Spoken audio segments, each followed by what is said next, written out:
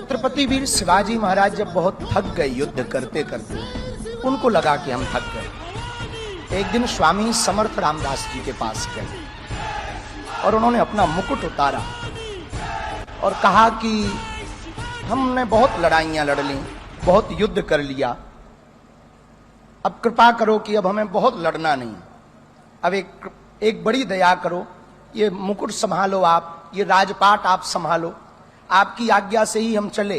अब हमसे चला नहीं जा रहा, अब हमसे युद्ध लड़ा नहीं जा रहा, हम बहुत थक गए, अब हम विश्राम चाहते हैं, अब हम आराम चाहते हैं, अब हम कुछ दिन कुछ करना नहीं चाहते। नाही त्याला तर जेवढ्या बागेश्वर आणि त्यामुळे याची हिंमत वाढते, याला अक्कल कवडीची नाही त्याला, या म्हणा हा कसला बाबा आहे भोंदू, याला महाराजांचा अवमान करताना जो जिथे भेटेल ना तिथे याला जेवढ्यास मी ट्विट केला आहे, जो जास्तीत जास्त शिव्या देईल त्याला आम्ही जास्तीत जास्त मोठं